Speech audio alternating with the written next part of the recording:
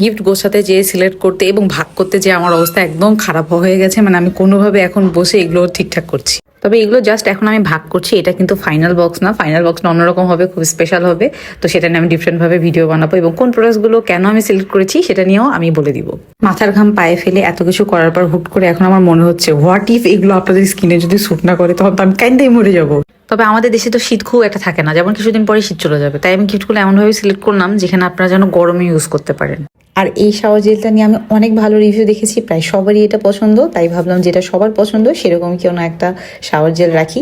আর ওই যেহেতু এখন শীত চলেই যাচ্ছে, প্রায় সামনে গরম চলে আসবে, সামারে এই ধরনের শাওয়ার জেল ইউজ করলে খুব ভালো লাগে।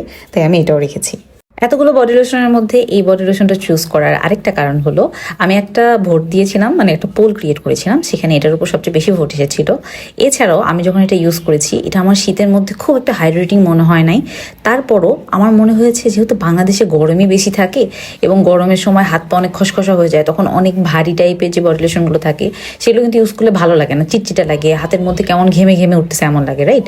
তো এইটা না সেই জন্য ভালো হবে, কারণ গরমের মধ্যে এটা খুব একটা চিটচিটে লাগবে না।